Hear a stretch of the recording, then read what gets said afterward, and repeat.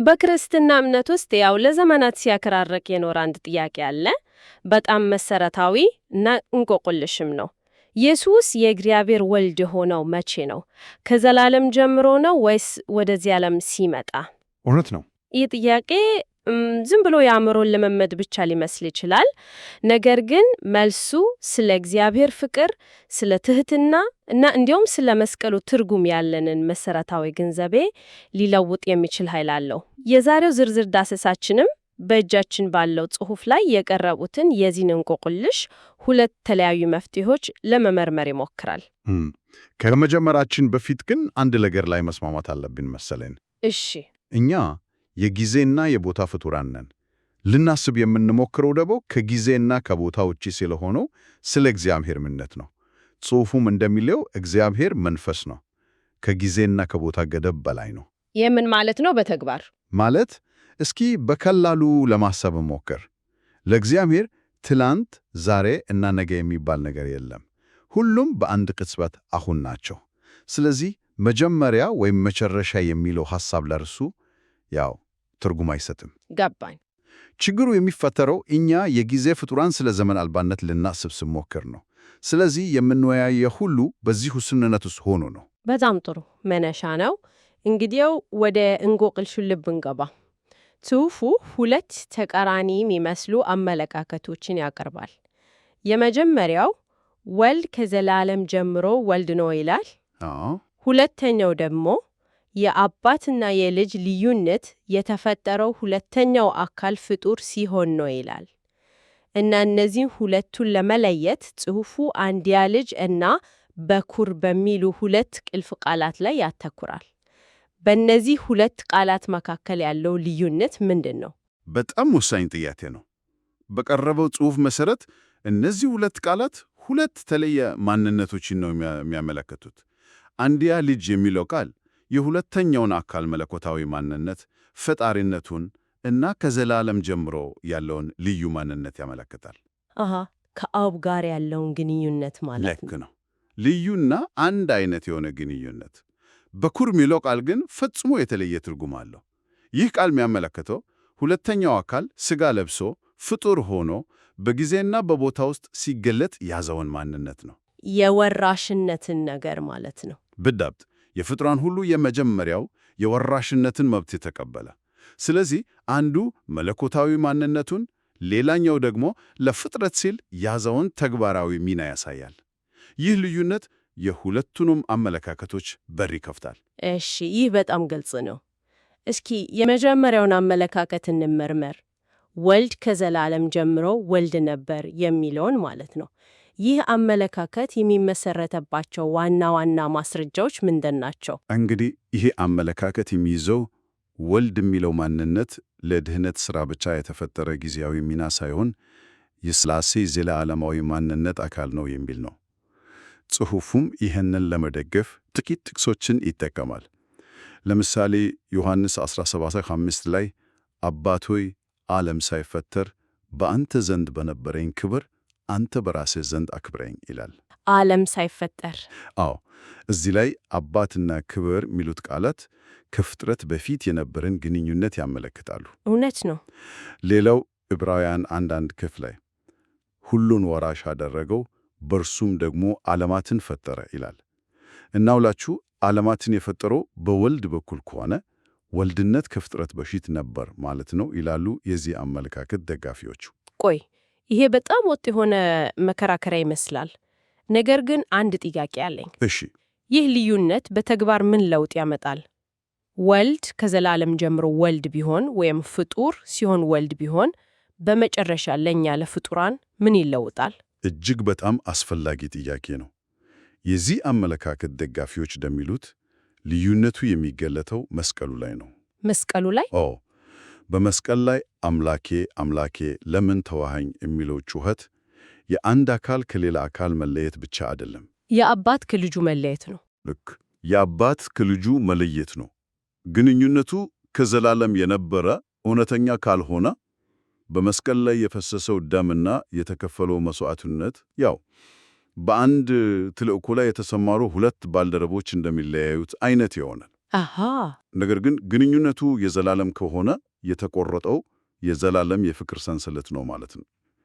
እሺም የመስዋዕቱን ጥልቀትና ክብደት በከፍተኛ ደረጃ ይጨምሯል። ገባኝ። አንደኛው አካል ሁለተኛውን አካል ተወው ከማለት ይልቅ አባት ልጁን ተወው መባሉ የግንኙነቱን እውነተኛነትና ዘላለማዊነት ያረጋግጣል ይላሉ። ዋው! ይህ በጣም ትልቅ አንድምታ አለው። ስለዚህ የመጀመሪያው አመለካከት ቁልፍ ሐሳብ ይሄ ነው። የአባትና የልጅ ግንኙነት ለእኛ የማዳን ሥራ ብቻ የተፈጠረ ድራማ ሳይሆን የሥላሴ ዘላለማዊ እውነታ ነው። በትክክል በመስቀል ላይ የሞተውም ይሄ እውነተኛ ግንኙነት ነው። በትክክል ዋናው እውነት ይሄ ነው።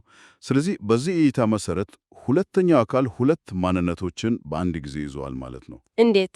ከዘላለም ጀምሮ አንድ ያፈዳሪ ነበር። ፍጡር ሲሆን ደግሞ የፍጡራን ሁሉ በኩር ፍጡር ሆነ። አንዱን ትቶ ሌላውን አልያዝም ማለት ነው። በፍጹም ይልቁንም በነበረው መለኮታዊ ማንነት ላይ የፍጡርነትን ሚና ጨመረ። እሺ፣ የመጀመሪያው አመለካከት የወልድን ማንነት ከዘላለም ጋር ያሰራዋል። በጣም ኃይለኛ መከራከሪያ ነው። ግን ሌላኛው ወገን ደግሞ ቆይ ይህንን ሐሳብ የሚገለብጡ ማስረጃዎች አሉ ይላል። ለምሳሌ በመጽሐፍ ቅዱስ ውስጥ አንተ ልጄ ነህ፣ እኔ ዛሬ ወለድኩህ የሚል ጥቅስ አለ። አዎ ዛሬ የሚለው ቃል ራሱ ይህ ግንኙነት መነሻ እንዳለው በጊዜ ውስጥ እንደተፈጠረ አያሳይም? ሁለተኛው አመለካከት የሚነሳው ከዚህ ጥያቄ ነው። ልክ ነሽ። ይህ ጥቅስ የሁለተኛው አመለካከት መሰረት ነው። ይህ አመለካከት እንደሚለው ከጊዜና ከቦታ ውጪ በሆነው ዘላለማዊነት ውስጥ በአካላቱ መካከል የአባትና የልጅ ልዩነት አልነበረም። በፍጹም። ሦስቱም አካላት በፍጹም እኩልነትና አንድነት ይኖሩ ነበር።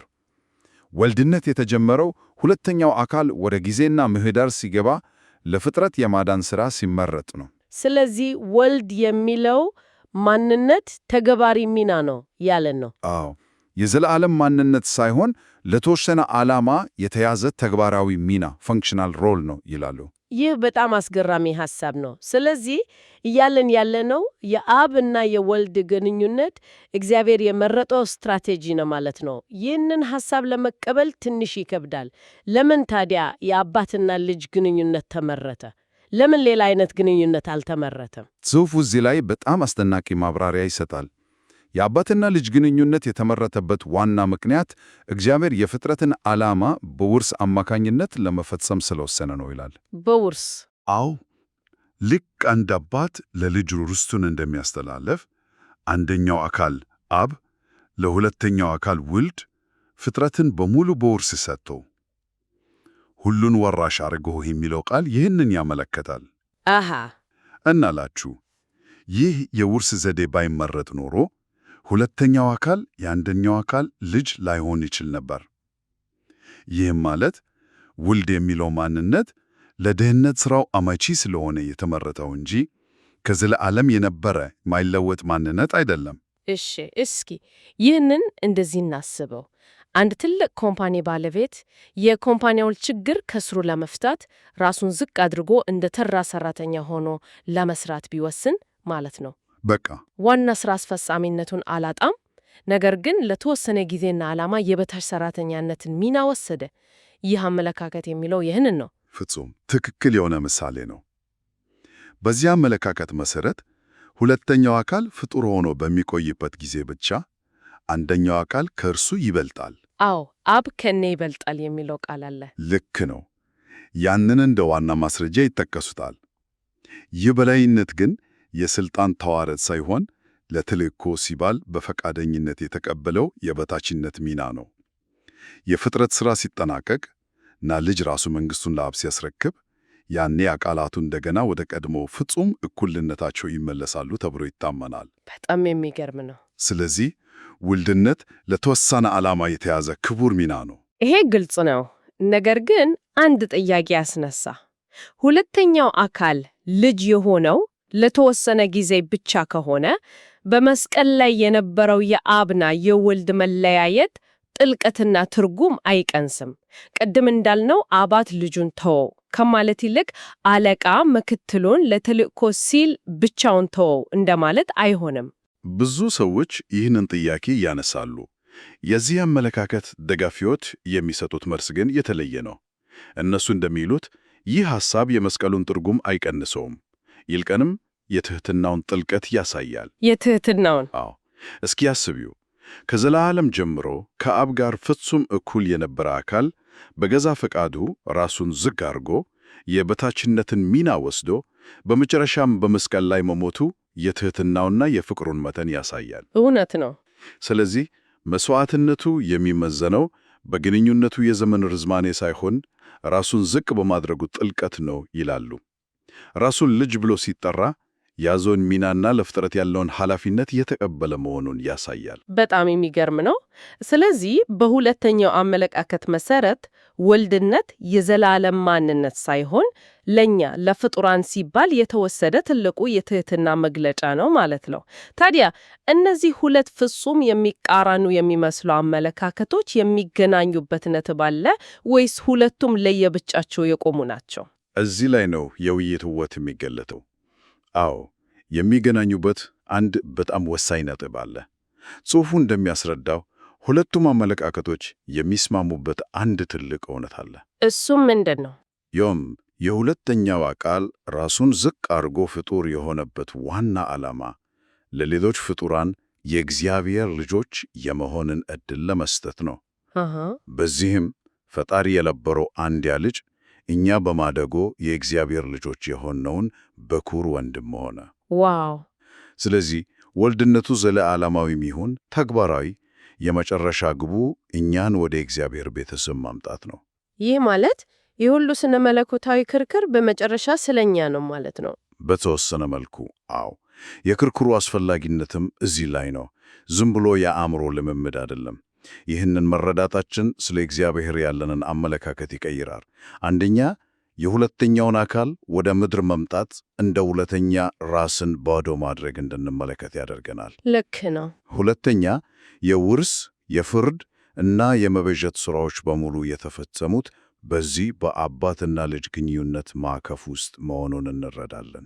እውነት ነው። ያው ይህ ግንኙነት ባይኖር ኖሮ የማዳን ሥራው የተለየ መልክ ይኖሮ ነበር። ሦስተኛ፣ እግዚአብሔር በራሱ ማንነት ውስጥ ያለውን የፍቅርና የትሕትና ግንኙነት ያሳየናል። እንግዲያው የዛሬውን ውይይት ስናጠቃልል በአንድ ውስብስብ ስነ መለኮታዊ እንቆቅልሽ ላይ የቀረቡ ሁለት ተለያዩ መፍትሄዎችን ተመልክተናል። አንደኛው ውልድ ከዘላለም ጀምሮ ውልድ ነበር የሚለው ሲሆን ይህም የአባትና የልጅ ግንኙነት የሥላሴ ዘላለማዊ ማንነት አካል መሆኑን ይከራከራል። አዎ፣ የመስቀሉንም መሥዋዕትነት ጥልቀት እንደሚያሳይ ልክ ነው። ሁለተኛው ደግሞ ወልድነት የተጀመረው ሁለተኛው አካል ፍጡር ከሆነ በኋላ ነው የሚለው ሲሆን ይህም ግንኙነቱ ለፍጥረትና ለማዳን ዓላማ የተያዘ ታላቅ የትሕትና መግለጫ መሆኑን ያመለክታል። በጣም ትክክል። ጽሑፉ የትኛውም አመለካከት ትክክል ነው ብሎ ሳይደመድም ሁለቱንም ጎን ለጎን ማስቀመጡን ልብ ማለት ያስፈልጋል። ልክ ነው። ምናልባት ይህንን ውይይት ለአድማጮች በሚሆን አንድ የመጨረሻ ሐሳብ ጥያቄ ብንዘጋው መልካም ነው። እሺ፣ በጣም ጥሩ ሐሳብ ነው። ጽሑፉ በመጨረሻ አካባቢ አንድ በጣም አእምሮን የሚያነቃቃ ሐሳብ ያነሳል። እንዲህ ይላል፣ ፍጡር ለመሆን የተመረጠው አንደኛው አካል ቢሆን ኖሮ የአባትና የልጅ ሚና ሊገለበት ይችል ነበር። ምን ማለት ነው? ይህ ሐሳብ በጣም አብዮታዊ ነው። ይህም ማለት አባትነትና ልጅነት የሥልጣን ተዋረድ ሳይሆን ለፍቅር ሲባል የተያዙ ሚናዎች ናቸው እያለ ነው። ልክ በአንድ የነፍስ አድን ተልዕኮ ላይ ሁለት እኩል አባላት የተለያዩ ኃላፊነቶችን እንደሚወስዱት ማለት ነው። በትክክል። ስለዚህ ጥያቄው ይሄ ነው። ይህ ስለ እግዚአብሔር ምንነት ማለትም ስለማይለወጠው ማንነት እና ስለሚለወጡ ተግባራዊ ሚናዎቹ ምን ይነግረናል? ይህ ጥያቄ የሥላሴን እኩልነትና ለፍጥረት ያላቸውን ፍቅር በአዲስ መልክ እንድናስብበት በር ይከፍታል።